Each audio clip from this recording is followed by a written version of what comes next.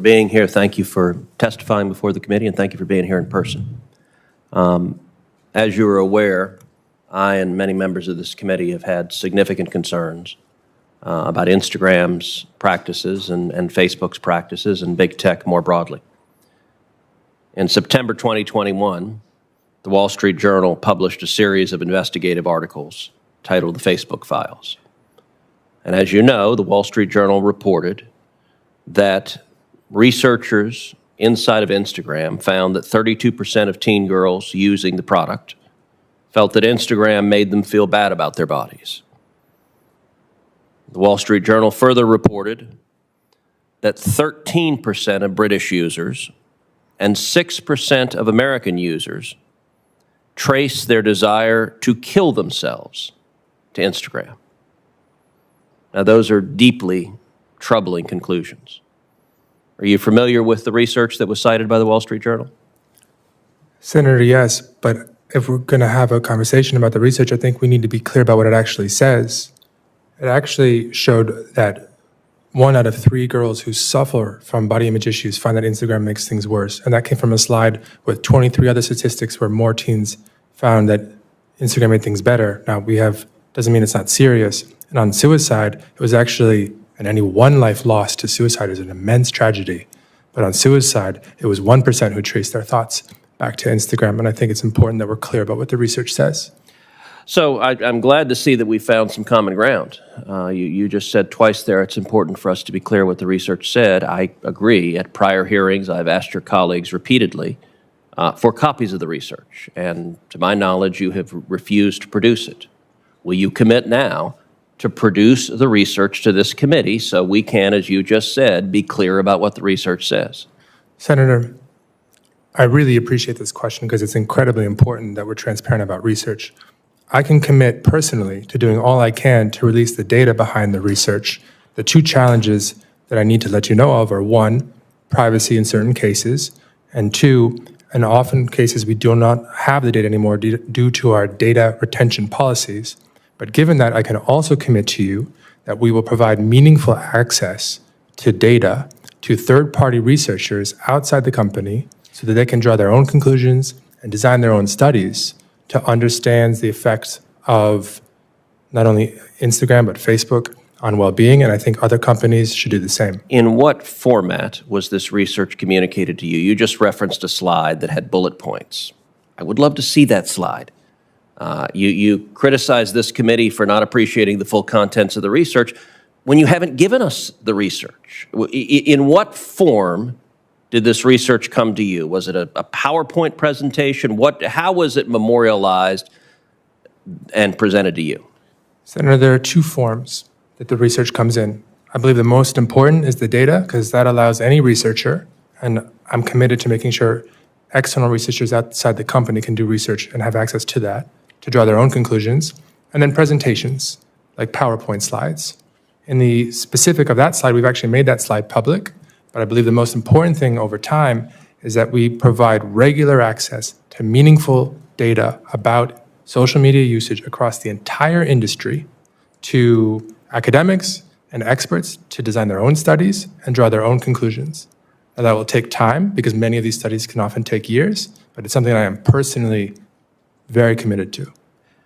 Now, when you saw your own study finding a significant percentage of girls reported that Instagram caused them to think about killing themselves, were you concerned by that finding? Senator, just to clarify, I believe the study said they traced their thoughts, but yes, I'm concerned about anybody who feels worse about themselves after using the platform, and certainly any one individual, because we're talking about people here, not numbers, that has any suicidal thoughts. Well, let's talk about numbers for a second. Did Instagram do anything to quantify how many teenage girls have killed themselves because of your product? Senator, we do research and talk to third-party experts about not only suicide, but self-harm on a regular basis. And that research has inspired much of our work to not only make sure that we have very clear policies. So did you quantify it or not? Senator, I'm not sure exactly what you would mean by quantifying the situation. Did you do research to estimate, to count how many teenage girls have taken their lives because of your product? Senator, we do research to understand problems and identify solutions. In the case of suicide, to make sure we take down suicide-related content from the platform, to connect those seeking out this type of content with expert-backed resources, and to connect anyone who looks like they're a threat of hurting themselves with local emergency services. How did you change your policies as a result of this research to protect young girls? Senator, I appreciate the question. We use research to not only change our policies, but to change our product on a regular basis. With regards to bullying, the research has inspired things like Restrict, which allow you to protect yourself from someone who's harassing you without them knowing, and Limits, because we learned that teens struggle during moments of transition. With suicide and self-injury, we learned that we need to be incredibly careful because often teens suffering from these really difficult issues use Instagram to find support, and we need to make sure that they can find that support and talk about recovery while making sure we don't. Big tech loves to use grandiloquent phrases about bringing people together. But the simple reality and why so many Americans distrust big tech is you make money the more people are on your product, the more people are engaged in viewing content, even if the content that is harmful to them, even if they're viewing every eyeball, you're making money. And when your colleagues have been asked the same question, as a result of this research, what policies did you change? This committee has been unable to get a straight answer to that question about what is different. And I think the reason for that is if you change policies to reduce the eyeballs, you'd make less money. Why is that inference not correct? Senator, if people don't feel safe on our platform, if people don't feel good about the time that they spend on our platform, over time they're going to use other services. Competition has never been fiercer, particularly here in the States with YouTube and TikTok and Snapchat. And so I have to believe that over the long run, it's not only incredibly important that we keep people safe, but we make sure people feel good about the time that they spend on our platform. Okay, so my time has expired, but I want to make sure I understand the commitment you've made to this committee. As I understand it, you have committed to providing this committee with the raw data from the research you did on users of your product, and in particular body image issues and tendencies towards suicide, and also with the PowerPoint presentations that memorialize that raw data. Is that correct, that you will provide them to this committee? Senator, what I'm committing to you is to do everything I can do to release you can the do that, underlying right? data. Well, is there a reason you can't do what I just said? Senator, the challenge on the data, which I think is the most important thing, is that in many cases we no longer have it. How about the PowerPoint presentations? Will you give us the PowerPoint presentations? Senator, I think the most responsible thing to do is to provide access to data to external researchers outside the company. We'd like both. Is there a reason you're hiding the PowerPoint presentations? Senator, you said you wanted maximum transparency. Maximum transparency would be show us the presentations that were prepared for you. Presumably you had some reason to trust them because they were prepared for your consumption. Senator, I believe you already have the presentations, which is why we're focused on the data.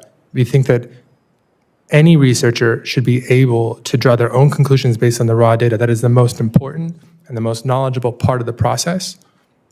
Unfortunately, much of that data we no longer have due to data retention policies, which is why I'm very committed to making sure that we can allow access to meaningful engagement data to researchers outside the company in the future to focus specifically on the effects of social media on well-being, and I'm calling for the rest of the industry to do the same. So your commitment is to provide all of the data that you have and the PowerPoint presentation summarizing it. Senator, my commitment is to provide meaningful access to data based on what researchers request, because I think that is the most responsible thing for us to do over the long run. Okay, we're requesting right now. Senator, to do a study on the effects of well-being, the effects of social media on well-being, you'd have to design that study. So I would like to talk to, we've worked with Pew, we've worked with Harvard, we've worked with other organizations around the world. I would like to talk to the researchers and understand what specific data they would like access to. I can't just provide all data that we have. That's an untenable thing to do physically. The data that was the basis for the study quoted in the Wall Street Journal report. Senator, that's the data I'm asking about, Senator, and the presentations that summarized the conclusions of that. Senator, I would love to provide that data. I'm personally working on trying to find out if there's any way we can provide it in a privacy-safe way and in a way where we still have it. And I think that's because I think that's important. I've been working on that. I don't want to overpromise and underdeliver here, which is why I'm more focused on how we make sure researchers have access to data going forward.